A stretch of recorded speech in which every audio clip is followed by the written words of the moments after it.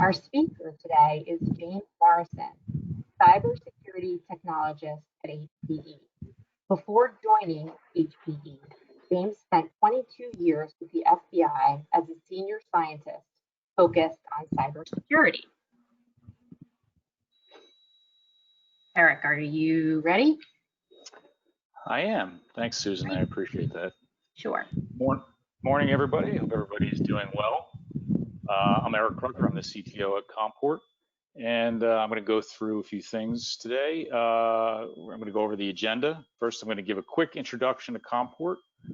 Then I'm going to pass it over to James Morrison, who's going to talk about the latest and greatest cybersecurity trends and things that we've learned and haven't yet learned. And then during all this, if you have any questions, just ask the questions in the chat window. I will interrupt as appropriate during the webinar, and I'll pose any questions that you guys might have. So please ask the questions. We'd really like it to be interactive, and then we'll wrap up with a special offer that we have for everybody. So just a quick intro to Comport. We're a 30-plus year enterprise IT consulting company. We're focused on helping our customers enable their strategic business objectives through IT. Within Comport, we have three main brands and some different focuses within those brands. So first, we have Comport Technology Solutions, which we help our customers with things like enterprise mobility, end user computing, data center solutions, and of course, networking and security. Our vertical solution is Comport Healthcare Solutions. And obviously we focused on just on healthcare with that, around things like PACS, electronic medical record systems, VDI, medical image archiving, and patient engagement solutions. So things like, how do I connect my patients to my doctors once they leave the primary care facility? How do I stay connected to them via mobile app, things like that. And then finally, we have Comport Secure, which is our cloud brand, and we do things within Comport Secure, like infrastructure as a service, DR as a service, backup as a service, and overall managed IT and professional services. So as I said, we're a 30-plus year enterprise consulting company. We have a lot of deep engineering experience and solution design experience. And we're helping our customers, traditionally with their on-prem infrastructure and solutions design and deployment.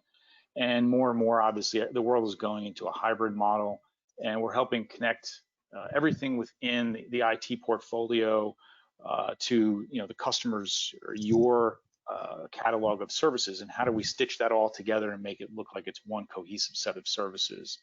So things like branch office, and central office, and then pushing all those things out into the public cloud. How do we connect everybody? And the way that we do that really is through a consultative approach. We take a look at your environment, we'll do an assessment, we'll talk to you and come up with an end state, the way that you want it to look, how you want it to be designed, and then we can help you implement that vision with either our services, or helping you do it through your own central IT services, or a combination of the two. And then finally, we can help you operate and maintain all those solutions over time. And so, as I said, we're enterprise IT company, and what we're dealing with right now, and what everybody's dealing with, is sort of this edge to core to cloud mentality within networking and IT in general. And the work from home situation that we all find ourselves in today has sort of pushed the boundaries of what this all means. The public cloud and cloud in general has pushed the boundaries of where a network is and what a network is. And so, we help our customers, as I said, stitch this all together, whether it's services that you provide on-prem, whether it's IoT devices that are connecting to your network, to the edge of your network, or it's things like SaaS-based services. And then, we help with some security, because just because the network is not within our four walls anymore, actually doesn't mean that security goes away. It actually means that we have to now enhance security and think about security a little bit differently. And we help deploy things like zero trust for our customers and help them deploy that whole mentality around we don't trust anything in the network. So everything is policy based or things like that. And compliance, of course, because we still have to be able to meet compliance needs. And then finally, cost optimization, because it's really important that once we start pushing things out into a SaaS model or a cloud-based model where we're paying for things on a demand basis, that we're optimizing our costs. We keep cost containment to a level that makes sense for our IT organization and it doesn't get out of hand. So with all of that, I'm going to pass it off to James. He's going to talk about securing everything everywhere. And off to you, James.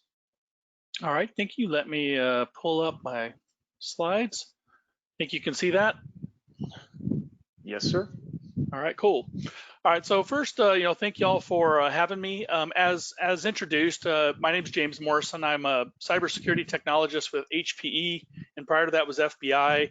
8 years Air Force prior to that, so I've spent over 30 plus years in IT along the way. One of the things that I've always kind of talked about is that where cybersecurity is, it hasn't changed, and a lot of the threats continue to be the same threats today that they were maybe 8-10 years ago. And it really is interesting when I go out and talk to companies that sometimes they're like, well, we're trying to do this, we're trying to do this, and it just doesn't feel like they're making a lot of traction. So much of cybersecurity, when we talk about cybersecurity, is culture. We have to understand that creating a culture of security inside a corporation is crucial to making sure that we're making the positive changes that we need to make. When I spent really my last 3 years here in the Houston office, talking to small and medium businesses kind of across verticals. I did, of course, the oil and gas, the petrochemical, and the healthcare, but I spent a lot of time talking with companies through chambers of commerce and stuff like that. And as companies were moving, especially out of that small to that medium sector, that was really when security started to become much more of the conversation. My encouragement is we need to have the security conversation sooner, and we need to make sure that we're deploying products and security that are actually helping us, be more secure. The FBI director, Director Wray, last year at the RSA conference said this. He said, the cyber threat today is bigger than any one government agency, and it's bigger than the government itself. And I'm going to show you some statistics of really where cybercrime is, and try to get everybody to have an understanding that every one of you is a target.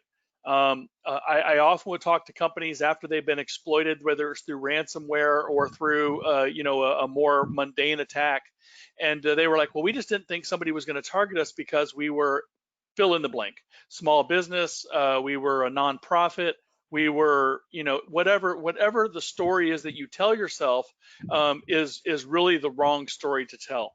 And let me give you an example.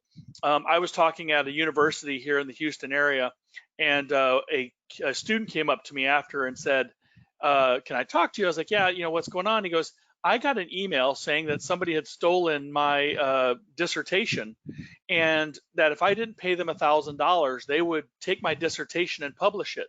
And I didn't take it seriously. And what ended up happening with him was they published his dissertation. Now, for those of you that know what that means that he had to start all over again, because once it is a dissertation has to be an original work, and it would actually be flagged as plagiarism if he actually tried to publish his work following that. That is what we're dealing with when we talk about the mentality and the psychology of the cyber criminal today. The cyber criminal today is looking at, how do I get money from you, however, by hook or by crook? We even saw, it was kind of interesting, I spent a lot of time, of course, reading cybersecurity blogs and sort of following what's going on the market. There was a recent attack where they were launching ransomware against old IoT devices. And I was like, well, that was interesting. Why would they do that? And they were only asking $250 per device that was infected. And so it was a niche play. They knew certain companies still had these old IoT devices out there running Windows XP or older, and if they could get this attack on there, a lot of companies were willing to pay a very low amount, including $250. That's about revenue stream. The other thing we have to have a clear understanding with when we're talking about cyber criminal activity is 80% of cyber criminal activity is organized crime. The internet is not, I grew up in the war games days back in 1983 when that came out with Matthew Broderick.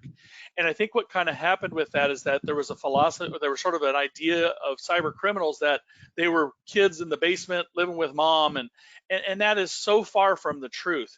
The script kiddie idea has gone away because of how lucrative cybercrime is.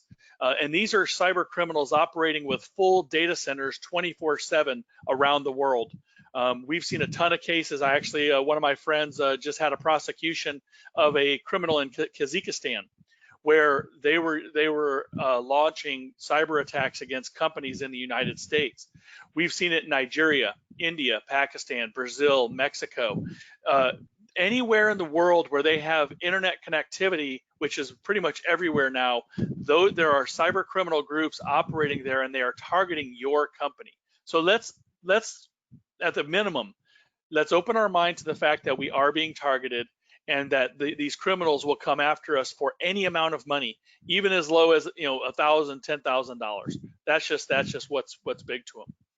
What's also interesting is that when we look at where we are right now in the world with the COVID pandemic, everything changed about somewhere around March 9th, and we've picked that as somewhat of an arbitrary date.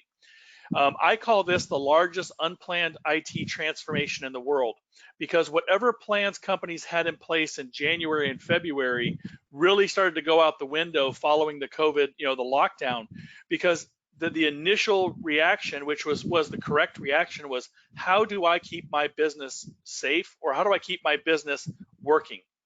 The second question that's still being asked by a lot of companies is, am I safe?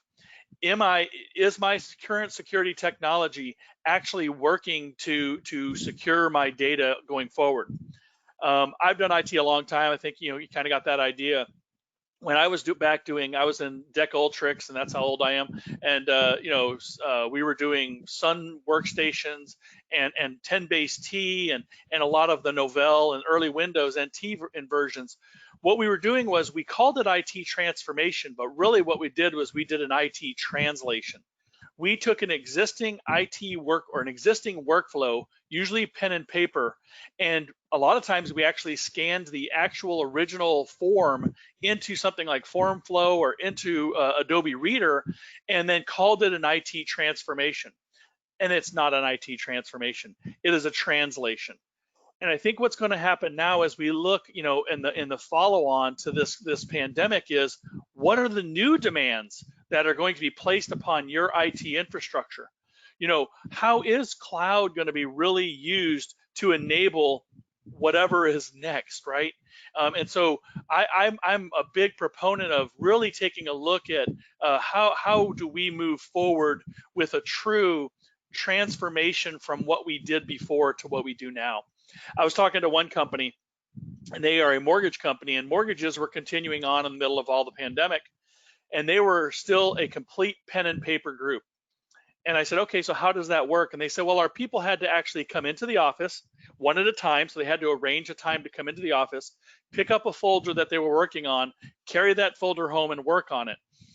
And then when they were done, they would bring the folder back. And I was like, so how secure is that? They said, we didn't even talk about security. We talked about continuing forward with business. I said, okay, so what about privacy law? Does privacy law affect, are you sure that data, some of that data hasn't been retained, by your employee? And of course, we all say, well, no, our employees are trustworthy. So I'll tell you a case. We actually worked a case here in Houston where a woman was a tax preparer at a major store.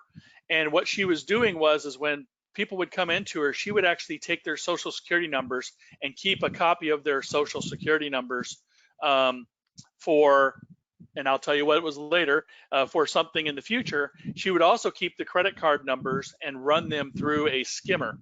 What she then did was took those social security numbers and those credit card numbers and gave them to her boyfriend and his friends, who then had a skimming operation, and they were actually able to do identity theft and credit card fraud based upon that.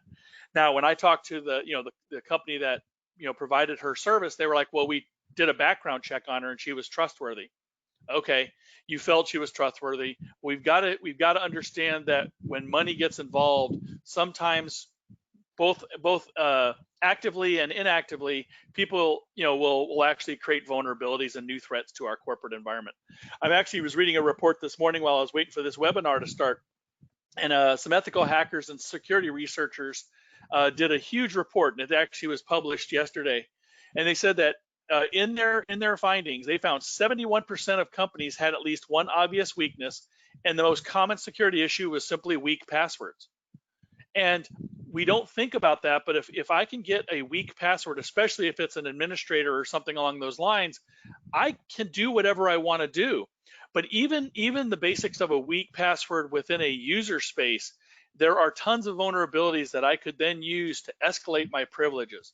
So we have to continue to I don't say treat our people like they're part of the problem, but as a software programmer, I learned early on that users are insane. Users will do the most the thing we least expect them to do, and they will create new vulnerabilities based upon that. So what's also kind of interesting going forward is how are we going to, what is the workforce going to look like in the future? Prior to the COVID pandemic, we think there was somewhere between 5 and 8% of the workforce that was working more than half time at home. That number is going to probably be somewhere between 35 and 50% as we go forward into whatever the next normal is. So I strongly encourage you to take a look at whatever security you have and ask the honest questions. Did that security product actually help protect those people when they were at home? A lot of companies have found that their security products weren't really designed for that remote workforce in that way. So that's just our reality as we go forward. Oops, hold on a second. What was that?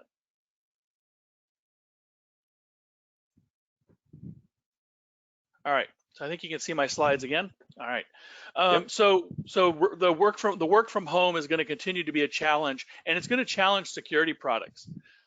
One of the things at HPE, and I've only been with them since December, but I've always found this kind of fascinating, is when they looked forward at the enterprise of the future, they said that these were the three keys to it: edge-centric, cloud-enabled, and data-driven. Now, the COVID pandemic has actually accelerated that. And I thought Eric brought up a great point and had some great, kind of lead-ins to this particular conversation. Your data is closer to the edge now than it ever has been. Statistically, by 2025, 70 to 80% of our data will be created at the edge, and up to 80% of that is left at the edge. And so what we look at, and when we talk to companies, is what kind of revenue stream could be utilized by that data that's being left at the edge?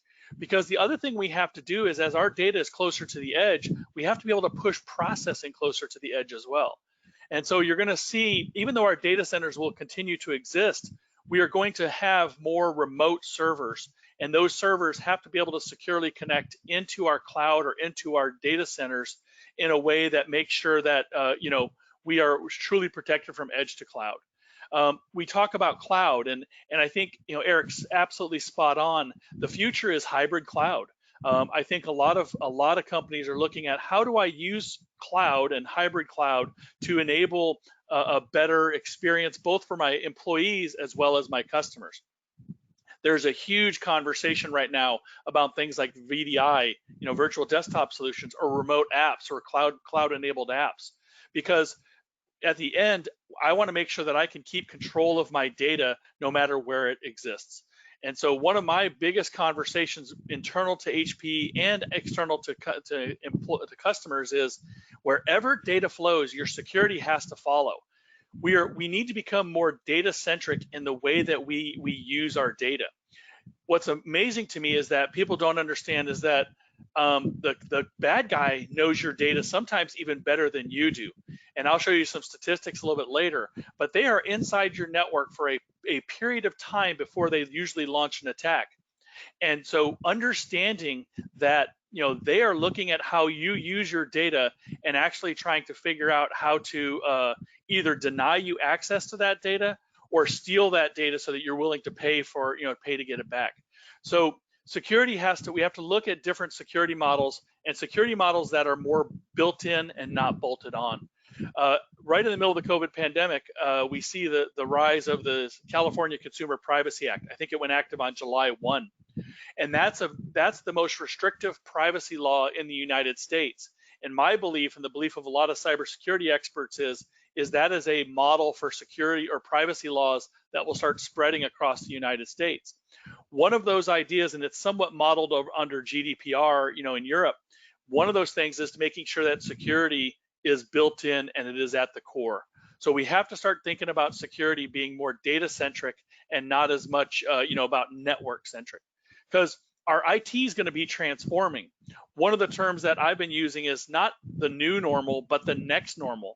And I think we're going to continue to see a series of changes over the next 12, 18, 2 years, of our needs in IT changing and transforming, because the criminal is actually innovating in the middle of this.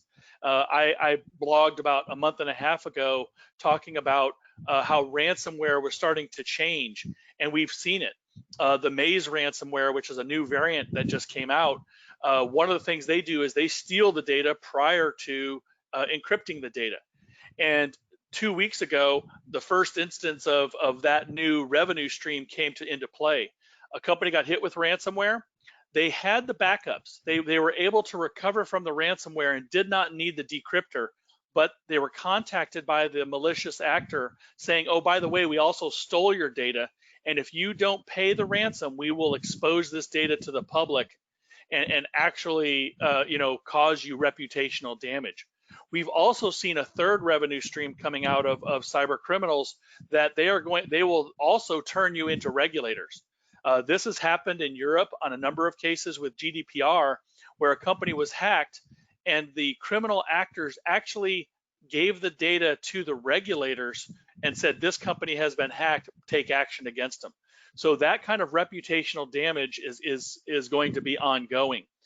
The cyber criminal cannot be trusted. I mean, these are people that are making their money by stealing data from you and either selling that data to a third party or trying to sell the data back to you so it doesn't get pushed out there. A good example of that is MGM Grand.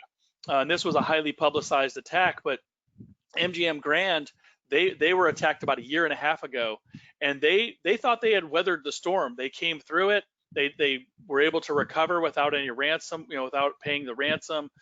And a year after the breach, their data was actually exposed on a public bulletin board. It was put out on a pastebin type, website.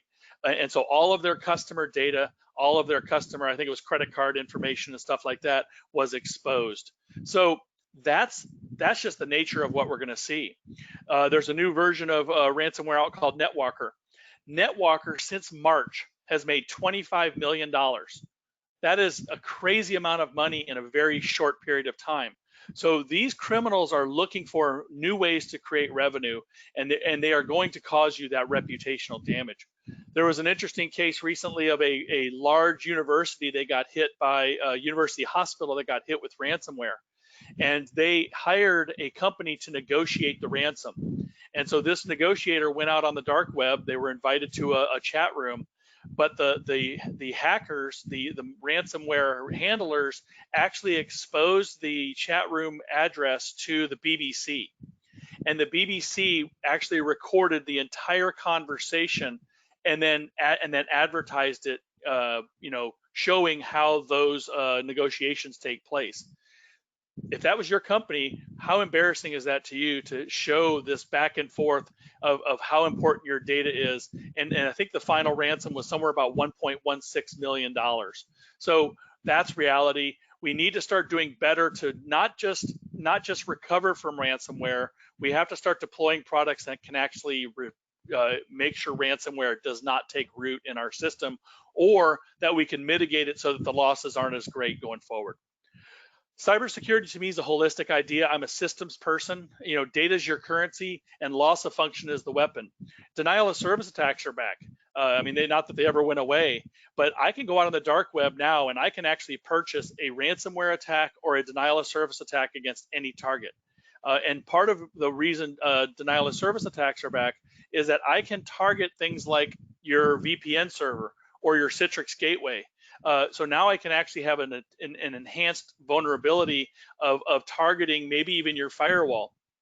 I was reading just last week, there were a number of vulnerabilities in some large firewall manufacturers and in some intrusion detection companies. There's always going to be new vulnerabilities. So when we deploy new products inside our system, we need to understand that everything we add to our network or any change of access to our network creates a new vulnerability. So remote workers, cloud enablement, new tool sets can actually add an additional vulnerability. So it's crucially important to make sure that before we add anything, we're using, the resources like, Eric was talking about, of having a penetration test done, having an assessment, a good security assessment done with your network, and making sure that there's not some sort of glaring hole that's of more criticality than something else that we're looking at buying. I was at RSA conference right before the pandemic locked me down, and I'm always fascinated by those kind of trade shows because every company out there tells you that they have the greatest and best, and it will protect you from everything, and you don't need anything else. And a lot of times, I call it shiny light syndrome. We fall for that. We buy something kind of sight unseen before we know whether or not it's what we really need. And so when I talk even to internal to HPE, we need to make sure we're having a good, solid security conversation prior to deploying any sort of product, because every product has really one of three functions: protection, detection or deterrence. Those are kind of interrelated, and recovery. So where do we fit in those schemes? What are we trying to do, and how do we move forward to make sure that we're doing what's best for your company? So the average loss from a cyber attack in 2019 was $13 million. Now that's across all industries, but ransomware payments are actually on the rise now. We were kind of hopeful when I was still in the bureau that ransomware was kind of starting to become a little bit more of a nickel and dime.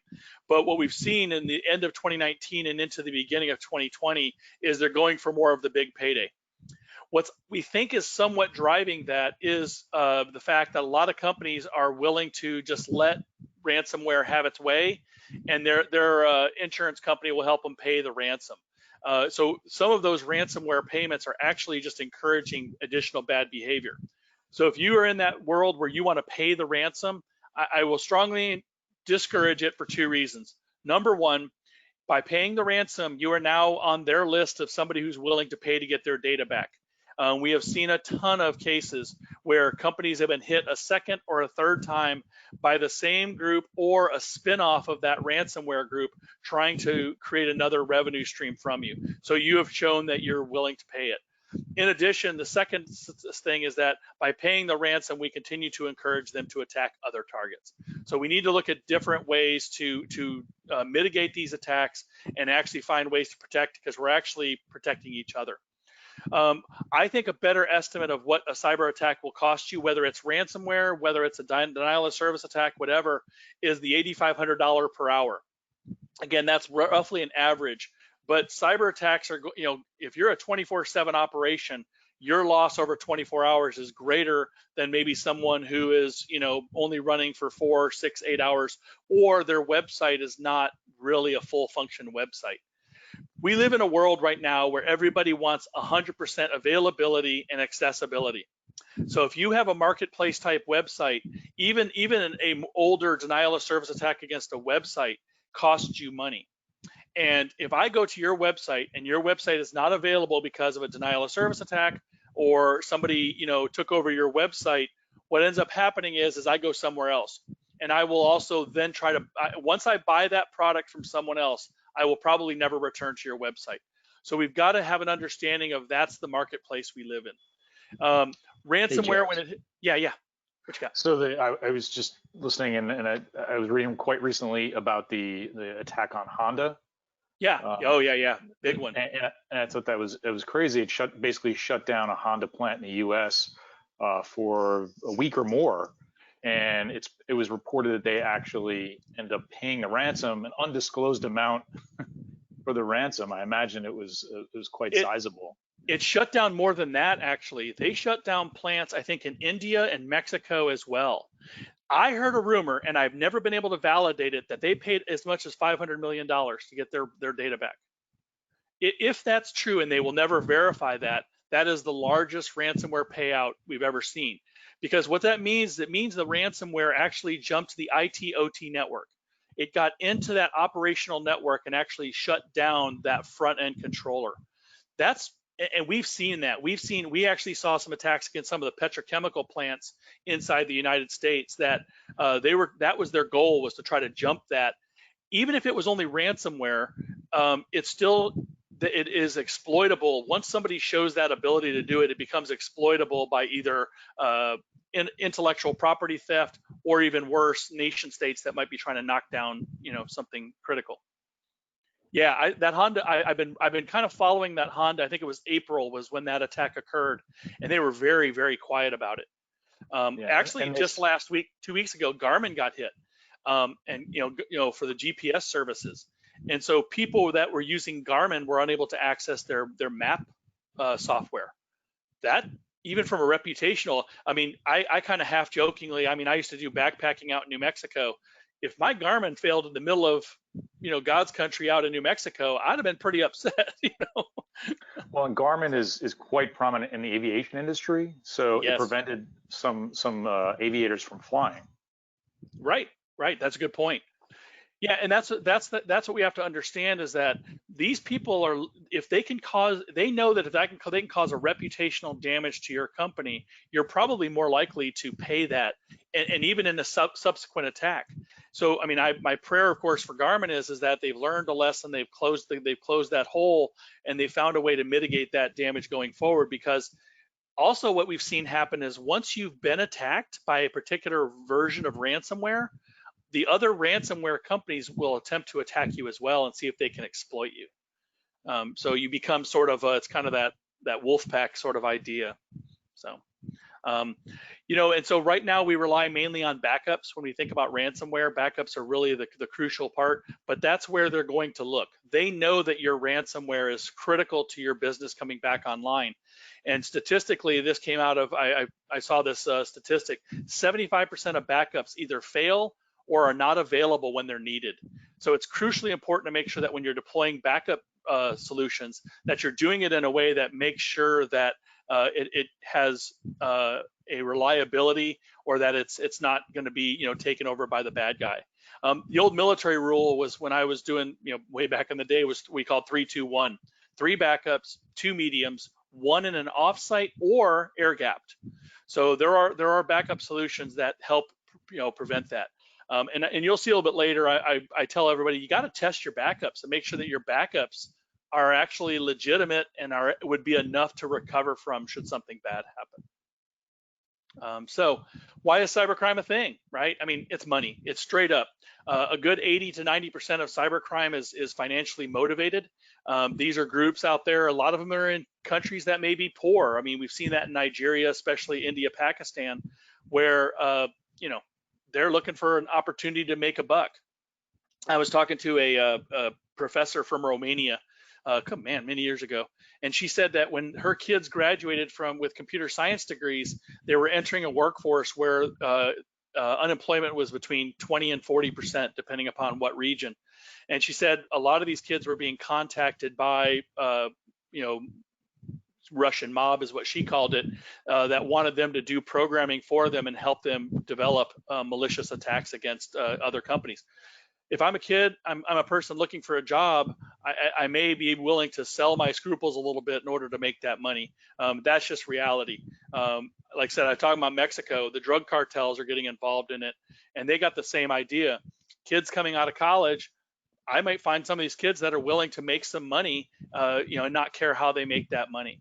So in 2019, the cost of cybercrime globally was almost $2 trillion. In 2021, it's estimated it'll be as high as $6 trillion. It's going to continue to rise. We have to start doing better to prevent these attacks, or at least don't create a zero-sum conversation. What I mean by that is, just because you've been victimized doesn't mean you have to pay these criminals. If you don't pay them, even if you took damage, they're going to be mad and all that, and they may cause you they may try to cause additional damage, but by doing that, you actually discourage them long-term from continuing on with these attacks. I talked a little bit about that. What's interesting, I think, from this particular slide is that that 3.7% of IT budget spent on security. In general, companies spend somewhere between 2 and 10% of their IT budgets on security. That number is actually lower in the small and medium business sector because a lot of times security is something that they either offload. They may use a managed service provider or a managed MSSP to manage their security, or security is just sort of I call it the hope thing. We just hope we don't get attacked. But as you enter that medium size and you start moving up, well, what one person asked me, they said, when is security, when is a company truly a medium-sized company? And I said, when security is a separate function. When you create a separate body that their entire job is security and not half IT, half security, that's when security is important and you're starting to enter into that next phase of medium sizes. A lot of companies out there offer virtual security officers. It's becoming a very big thing. And so working with companies like Comport, they can help you find somebody that can help you make better security decisions. And I love the fact that they offer security assessments because that has to be where it starts. It has to, we cannot be reactive anymore on security. We have to be proactive. And what that means, it means putting some budget into looking ahead and trying to determine vulnerabilities before they become reality. Last year, Mandiant said 78 days was the average time of detection inside your network. What that means, though, means if somebody gets in your network today, you still are not going to detect them until after the 1st of October, actually 1st of November. That is a long time for someone to be in your system, okay? What we're also seeing is that criminal activity is changing in that it's not going after the endpoint as much. Now it's going after the server. They are going after where your data store is, and that is of crucial importance. So when they enter your network now, it usually takes a criminal hacker, somewhere between 8 and 14 hours to determine what network they are in. Then what they're going to do is they have 3 things they want to do. 1, they got to move laterally. They got to expand their footprint across your network to see how much of your network they can infect. Number 2, they have to escalate privileges. They have to try to get either a system administrator login or use a vulnerability inside of your system to create a account that they can use for that. And then persistence. They want to go into a place where they know they can survive reboots, where they can make sure that no matter what you do, from a reload standpoint, you won't affect them. And that's why we've seen an increase of attacks against BIOS and firmware.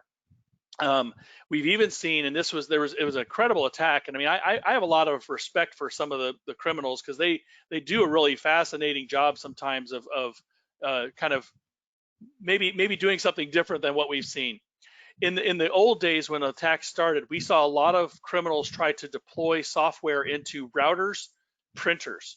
And what they were doing is they would install a copy of their ransomware into the driver of a particular printer so that when you printed to that printer, it would actually pull that ransomware back and reinfect. What they're doing now is we're seeing also them deploy into IoT type devices. There was a casino that got hit. Casino did not pay the ransom. They had backups.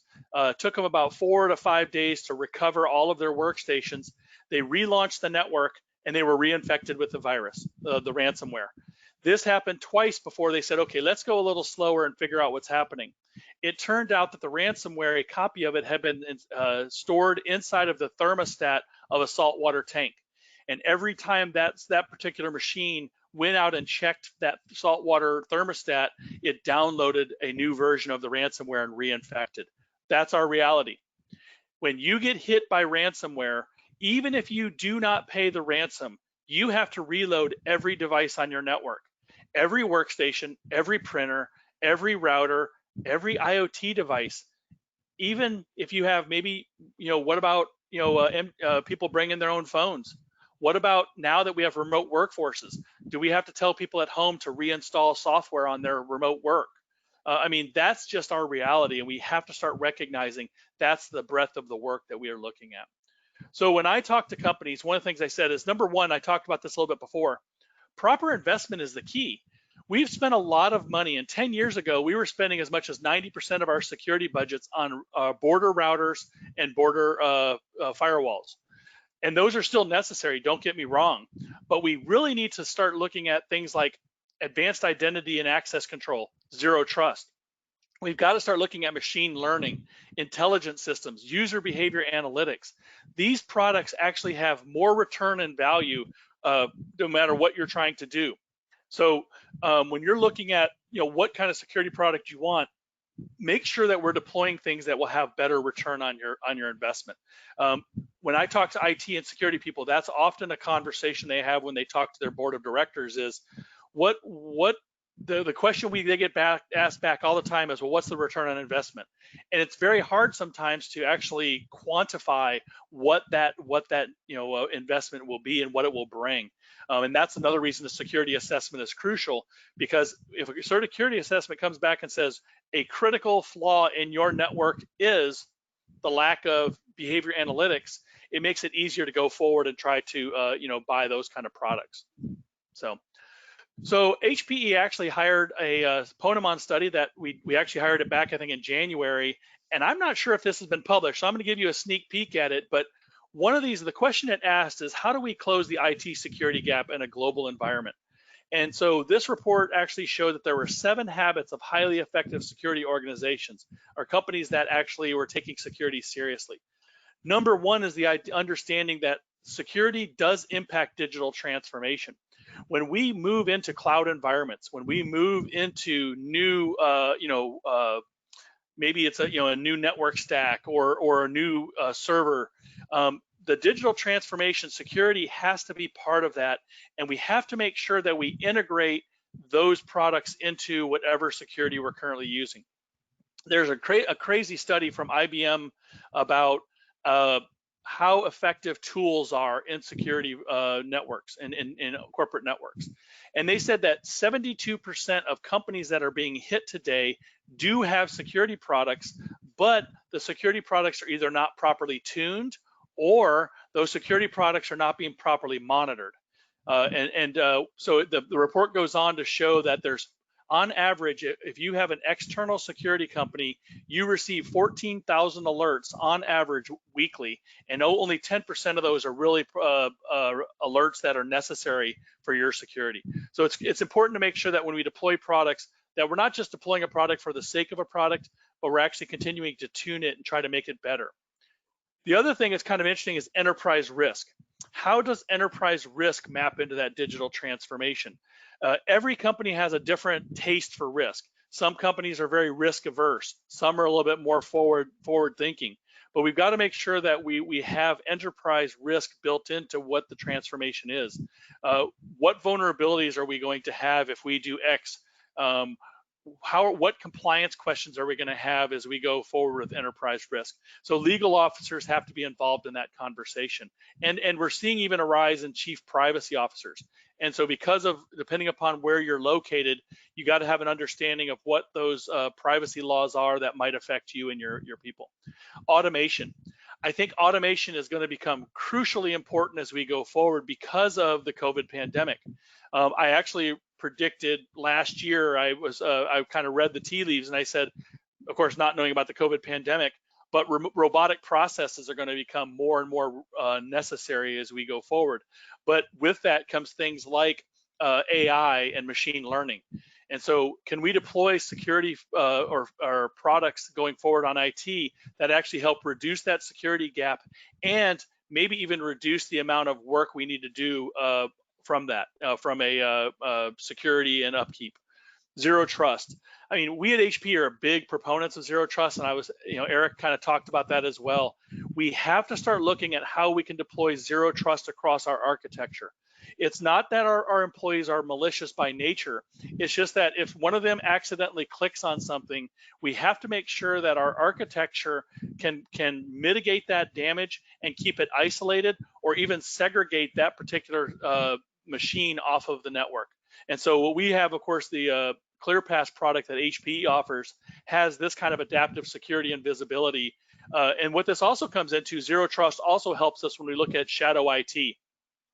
Every one of us has had problems with shadow IT where people are deploying products into our network that aren't really authorized, but those products can often be, we can lose control of them and they can cause damage as we go forward. IoT is going to continue to challenge that particular realm. So we have to, all right. Machine learning, I talked about it. Machine learning isn't just about pulling data in and then manipulating that data. If that data is not actually used to make better decisions, it's probably not being used correctly. So when we have products that are looking at machine learning, can they help us make better decisions? Here's a great example.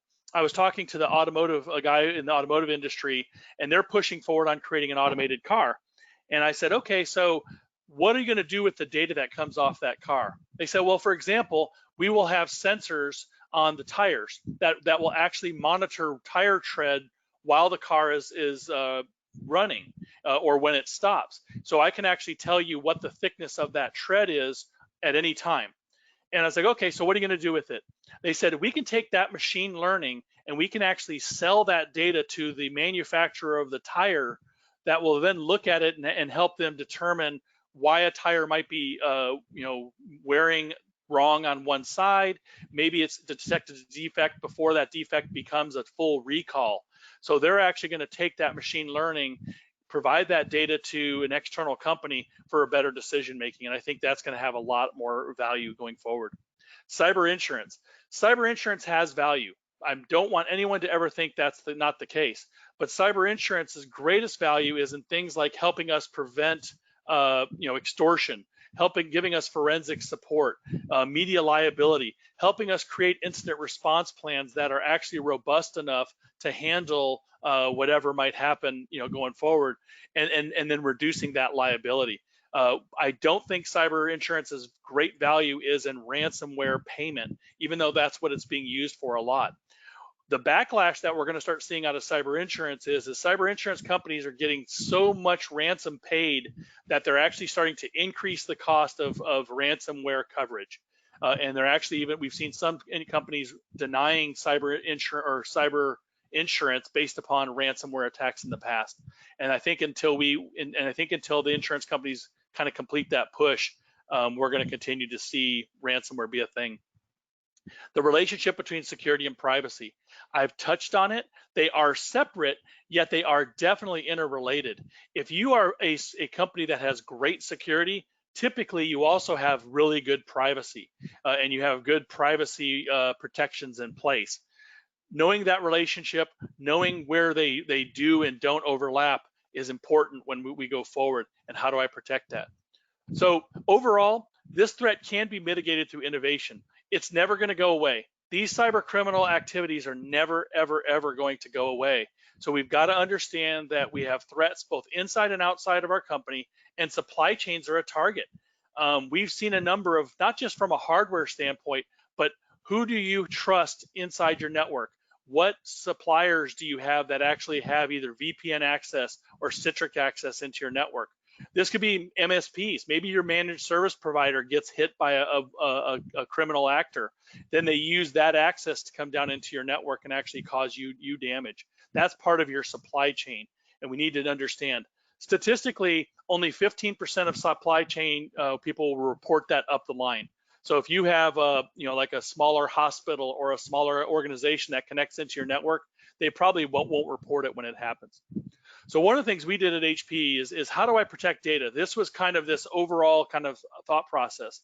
We want to be data centric. We want to focus on securing the data in all three states. Securing data at rest, the typical, this was kind of the old bulk encryption idea. I want to make sure I'm encrypting your data while it's sitting on a drive. Data in flight, using things like VPNs, using things like encrypted wrappers around products. And actually making sure that I can secure that data while it's moving. The big one is in use. How do I protect data while it's sitting in memory? How do I protect it when it's sitting in cache? How do I protect virtual machines and containers while they're running? In addition, how do I secure the platform? Is the server itself, is the machine itself trustworthy? Is it resilient? And do I have visibility and control without compromising performance? So what HP did is they looked at the idea of security is only as strong as the layer below it. Most security products we see sit in the apps OS, maybe the VM layer, but kind of ignore the hypervisor, BIOS, and the CPU. So what we've done, and one of the big differentiators at HP, and I'm not going to get too product heavy on it, but in our Gen 10 servers, we actually control the entirety of our supply chain. We create our own silicon. Our base management controllers are made by HP in our plants, and then when they are installed in our network, the CPU, we actually create a fingerprint of the CPU that is stored within that silicon that allows us to create a chain of trust all the way up the boot stack. So if you're interested in more questions on that, I'd love to talk to you about it. But I think from a more generic standpoint, here's where I want to kind of go. Number one, how do we secure your network? These are product agnostic. One, incident response plan. Every company needs to have an incident response plan, and you have to test it. 70% of companies that have incident response plans don't ever test them. This could be a full-blown exercise type thing, or it could even be something just like a tabletop exercise. So one of the stories I tell about this is when I was in the Air Force, I had just gotten to the Philippines back in a long time ago, and they were running an exercise. And a guy walked in and said, okay, your building has been bombed. Who's in charge? And he hangs a sign around our NCO and says, you're dead. And he goes through, there's 11 of us on shift. He goes through and kills 10 out of the 11 people and then comes to me and says, all right, you are now the only survivor on this shift. What do you do? And I was clueless. And he said, your squad fails. He said, everybody has to know their test. Everybody needs to have an understanding of what their responsibilities are, okay? Backup critical information, backup, but test your backups. Can we make sure that you have your backups, available? Get an external security evaluation. Companies like Comport will help you with that and do it in a way to make sure that it's specific to your network. There is no cookie cutter security evaluation that's going to work for every one of us. It has to be specific to your network, and it has to be specific to the vertical that you exist in, okay? Because whether you're in financial, whether you're in healthcare, whether you're in oil and gas, every one of you have different compliance requirements and different security needs. Two-factor authentication. Every opportunity you get, you want to, and I'll call it multi-factor authentication. You want to implement multi-factor authentication across your network, even in a zero trust environment. I know it's a pain sometimes to have to re-enter a PIN, but that's all part of security, and security and convenience are often divergent. We do things to secure it in order to sometimes it may create a little bit of an inconvenience, but we know that our data is in a better place. Encrypting our data in all states. Training and testing our employees. Testing your employees actually has a positive return. I know it seems like a pain to have to do those phishing tests, but there are ways to make those phishing tests very lucrative for your company and very useful. The most important person to train on phishing is the person that shows up in your network first. Somebody that shows up in your network at 6 o'clock in the morning and they check their email religiously right away, because they're going to see those. And if you can train that person to actually have know how to recognize phishing, they will be able to notify your IT staff before the rest of your people come in. It's really important. Zero trust architecture. There are a lot out there. There's some great products. Of course, we at HP have one as well, but we, take a look at them, try to implement them, put it on your roadmap. Let's get there. And then take a look at what process rely upon email. If somebody gets in your system, a malicious hacker gets in your system, how are you going to notify your security people that they're in there? Tell you a story on that one. Large company here in Houston, they called me and they said, hey, we've got a foreign hacker in our network. What do we do? I said, well, you kick them out. They said, okay, what happens? I said, well, they'll be back in a week and then they'll be back in a year. And he goes, how do you know that? I'm like, been doing it a little while. Trust me. 6 days later, they called me back and they said, he's back. I said, okay, so let me ask you a question. How did you notify people to change their passwords? We sent out a bulk email. Do you think he was reading those emails? Oh, didn't think about that. So what you did when you sent out that email change, you actually gave them a password to reconnect into. Year later, called me back and they said, okay, what's going on here? He's back. I said, here's why. People, you reuse the same password a year later that they had used in that, and when you got hacked. You didn't notify them to never use that password again. Therefore, these people continued to use those passwords and they got back in. So breach response is key. Average time to detect is 78 days. The average time to contain a breach is somewhere around 73 days. I think that number is a little lower, but even if it's, say, half of that, that means there's 100 days from the time somebody's in your system until you kick them out of the system. We've got to make sure we're doing better on breach notification or breach remediation, because time is money.